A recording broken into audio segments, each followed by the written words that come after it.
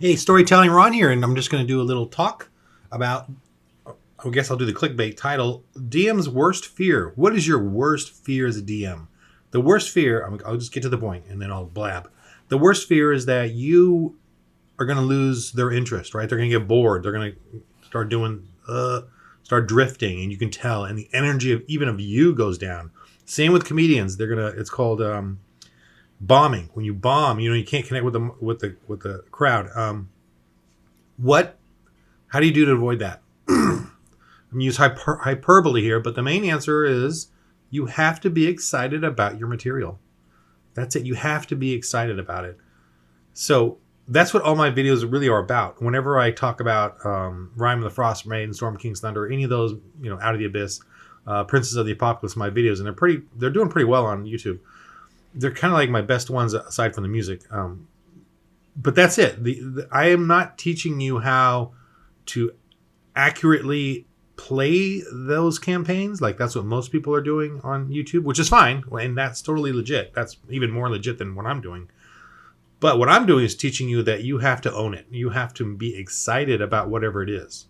Now, I'm done. I'm blabbing now. So the answer is just you have to be excited about your material. If you're excited about your material and people get bored, you don't even. It doesn't even matter to you that they're bored. You're excited. You want to pump out these storylines, these creatures, these encounters. I've seen players, especially online because we're sort of separated. In my Storm King's Thunder, like they'll kind of get on their phone. I can tell they're on their cell phone, or it's not their turn on 6 players. I don't care. I'm excited about what I'm doing with whoever's turn it is, and I don't give them a hard time online, especially because it's there's a disconnect there in that video thing. Now in person, I'm like, hey, what are you doing? Let's you got to get into it. But that usually happens when there's just too many turns and too many players. But I'm excited about the material, so nothing they do affects me because I'm excited about it. So I have a good time, and they always have a good time. They're always returning, so it's not a big deal. That's my advice to you. Make sure you're excited about the material. Oh, you own that material. Don't let the material own you. Don't let the book own you. You own it, and you do what you want, what excites you. Now, please use tropes though, because this game is not about originality. It really isn't. It's not about you creating some. People say, I've had one critic, and that just kind of sparked me that he said that you're just using typical stuff, pirates on the lake and stuff. And I'm not trying to denigrate him or the person, but I'm just realizing no, that's you got to do that. Players expect that. Players expect tropes, and I want tropes because. I never get it. They're good because they're good and they're historical and there's a tradition there and a connection, and that's even why I'm using these books on YouTube. Is there's a connection between me and the audience because the audience and the DMs, because you guys know what I'm talking about. There's a frame of reference. There's a trope that's going on there that we can all connect with, and then create. My goal is to intensify the tropes, make them more intense, more gritty. I noticed that a lot of the Wizard of the Coast material is more Harry Potterish. It's more light fantasy and fun, and that's totally I think that's what they should do, but I like to take it and then bring it down to that grit, like Braveheart grit, or kind of thing. So that's my advice to you: is make sure you're excited about the material, but don't try to make it so you make it excited by making it your own. But don't go for like I want to do something original. If you want to do something original, then make it all energy. The entire realm is ethereal, and there's no up or down and no left or right. That's there's originality. That's kind of the originality to me is chaos and confusion. What you want to do is you're coming into this as a DM or GM, and you love fantasy. What is it about it? Well, there's tropes, right? The Token created this setting of fantasy that we all love and adore, and D&D obviously took that and excelled. And then we want to explore that world. So you need to create that world. You have certain rules and parameters, but then you need to intensify that to what you love the most. If you love elves, then you got to make an elven fairy cool campaign with versus the drow or whatever, and focus on that kind of thing but use tropes, use what people expect there to be. Now you're obviously going to do your own little path in that, but you got to be excited about it, is what I'm saying.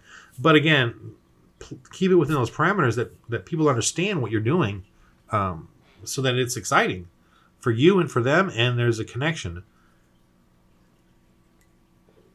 And so, like, when I've got the Storm of King's Thunder, and I have videos on. I don't know if I've done my own this one actually. But and Princes of the Apocalypse and all that, and I've changed them dramatic. When you here, I'm going to do the Storm of King's Thunder. So when I got Storm of King's Thunder, and I played the old Giant campaign, the old original Advanced Dungeons & Dragons, I played all the way through from the Slavers to the Giants to the Kuatoan, a deep descent into the earth, to the Drow, to Lolth. I went from elementary to college or post college. That campaign, off and on with, and it started with my friends in elementary, but it ended with my friends in post college. It was kind of interesting, but the same that was pretty amazing. Anyway, so and I kind of followed it pretty closely because back then, by the way, there was a lot less writing and more just here's what's here and here's what here and here's what they're doing. So it was a lot simpler back then. Now they really add a lot of different stuff. The way I'm teaching this and taught or showed it on my DM tips is I really wanted giants, right? To me, this is about giants, and they add a lot of they add the kitchen sink in here. I mean, they as far as ideas and things to do, and I took all that out, for the most part. And so what I'm getting at is, and it's not good or bad. It's just my choice. As a DM, I get to decide what I want to do. Right. When I take this, I own this. This is mine now. I can do whatever I want with it, and that's the way you got to think of it. You can't think of it like if you're a little off or if you bomb in the session or you feel a nervousness, it's because you're not owning it. If you're nervous, it's because you don't own it. You have to own it. You have to love what you're doing, and before you get to the table to play or to DM, you have to own the ideas that you want to do. So. In this one, I wanted giants, so I was going to make it all about giants, and I was excited, and nothing was going to stop me. I don't care if all 6 players there are bored. I'm excited. I don't care, and that's the thing. If you're having fun and they're a little bored, it's fooey on you. The players. Now, sometimes you might have players that are a little overly controlling or overly whatever, and if that's a problem, I haven't really had that problem. But if that's, I've noticed it, I've heard of people, and I don't really have a whole bunch of. I guess I don't go to game stores and have complete strangers play with me, in that sense. So you might be encountering that. I have had complete strangers, but it seems to be working out. But whatever. Well, I'm blabbing now, so this is what this whole thing is about. But you got to control it in a way. You got to be a little dominating. Like whenever someone comes up with weird ideas, you got to okay, that's a little off, bring it down a little. Bring it down a notch, guy. Bring it down, whoever. You do have to keep people, you do have to rein people in, but the easiest way to do that is if you're excited. If you're excited, that'll sell them. They don't care what, use the tropes, but they don't care necessarily what is going to happen. What they care about is a storyteller that is excited, right? If you're, and don't go well, let's see, we got to go here and do this. And what this says here is that you have to roll. You know what I mean? Don't do that. If it's got to be in your head, it's got to be roll a DC 15. You got to do it. You just got to be right on it. If you're excited, you will be on it. If you're not excited and you're a slave to the material, you're going to get whacked. You're going to lose it. So you do want to. If you're going to buy this, right, in one of these, then spend the time to learn it. Because it's like if you buy a book, you're going to buy it to read it. So read it. I read it like a book, like it's telling me a bunch of different stories. That's how I read it, and then I start thinking about what's parts of these stories I like, what parts of these I don't like, and I go from there. So enjoy this. Don't think of it as I think of it more like a book than I do a instruction manual, right? If you're thinking of it as an instruction manual on what you're supposed to do, that's terrible. That's going to kill your soul and spirit. Think of it as a book to read, like you're reading a story, and then what parts of the story do you like, or what parts of the story do you want to cling to, and the rest of it is, it's fun, it's interesting, but it just doesn't interest you. Once you're done reading this, you then start to think about what you want to do, like, or even as you're reading it, you're going to start thinking about that. And what if you really want to do like a shortcut? The first thing I do is read the ending. I'd read all the villains at the end. That way, as you're reading it through it, you can start thinking about how they interact with, or how they interact then with the rest of the story, because that kind of helps. Because then you kind of get a buildup of your end boss, villain, whatever climax to as you're reading the front part. And that's one aspect of it, of my reading. I generally tend to do is I figure out who all the villains are at the end, and then go back and read it, like a book. Read it like a story. Enjoy it. Don't let it. It's not an instruction manual. Okay, it's not an instruction manual. It's a story. It's a novel. It's a paperback. It's a pulp fiction. It's fun entertainment. So that's what you have to do with it. And then you just start remembering what you like about it. And I always like to write out everything that I want to do with it. Like, I like to type out the monsters and their stats, in shorthand, like quick notes, so that I can just feel who they are. Like, and a really clear memory of that is the Duergar. I started on Rhyme of the Frostman. I was typing out the Duergar that they had in the manual, and I just didn't read it until I was typing it. How the one of the Duergar had a mind control thing, and I knew, it has mind control, whatever. But I was typing it out, and I was like, wait a minute. This sends a little message into the people, into others, and makes them do things. And I was like, whoa! I kind of had to stop, and I was like, wait a minute. This is I am excited. This is exciting. This guy is sending nightmares into people who want to make me become murderous. They want to murder their own family members. He's suggesting to them they want to murder their own family members. And just by reading the monsters, you don't really, because you tend to gloss over the monster stats because you read so many of them, and you just see what they haven't yet. But this one I was typing in shorthand, the Duergar, just because I wanted like a cheat sheet. And I just saw that and I was like, man, that sparked so much, like, holy moly, this is freaky deaky scary. And so he's going to start terrorizing, they're invisible, start terrorizing this town.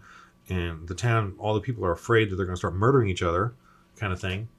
So there's some sort of curse or ghost out there when it's really just the Duergar doing that, and doing their plotting their thing there in one of the towns. So I'm just telling you, I'm blabbing, but I'm just telling you different ideas about DMing. Get excited, read the book like a book, not like an instruction manual, and then go in and start tinkering with it. Like start doing little cheat sheets of little areas. Typing out the little creatures, in shorthand, because I like cheat sheets, because then I can have like a page of notes of of all the creatures and what they can do, and the different areas, and it just kind of helps me compartmentalize the story arc of the different areas they're going to go and encounter, and I love doing that. And for me personally, I love maps. This is another thing I discovered.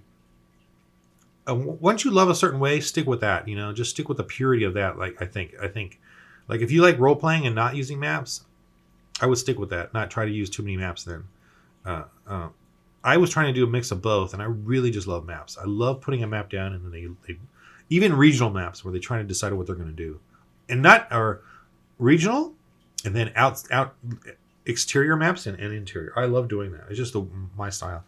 I do role playing, but I love doing maps, and so I'm going to focus on more on that as well, for my own style. But yeah, okay, so I'm kind of digressing there. Again, I'm just babbling just for the fun of it. But again, you got to be excited about whatever it is you're doing. You have to own it. You own it, and that's what all of my videos are about, and teaching you how to do that. I guess that's all I want to talk about. And I want to appreciate you guys, all your comments and, subscribing and stuff. And that encouraged me to do more videos, think about other things to do. So that's it. I just wanted to do a talk video at this point. And again, if we got a few days on my Kickstarter, which I think is fully funded. It's got a couple stretch goals, and that's if you want goblins, check that out. I posted it in a previous video, so if you want to check that out. But I'm busy, man. A whole day I'm just working on stuff, and thanks. And it is about getting backers and about subscribers and comments. It really is about that, because we're all trying to like trade and feed each other, ideas and encourage each other and support each other in role playing and D&D and Star Wars or whatever. And that's what I'm doing, and I appreciate you guys for your responses and everything, and your likes and all that. All right, that's it. Just a little blabby video about DMing.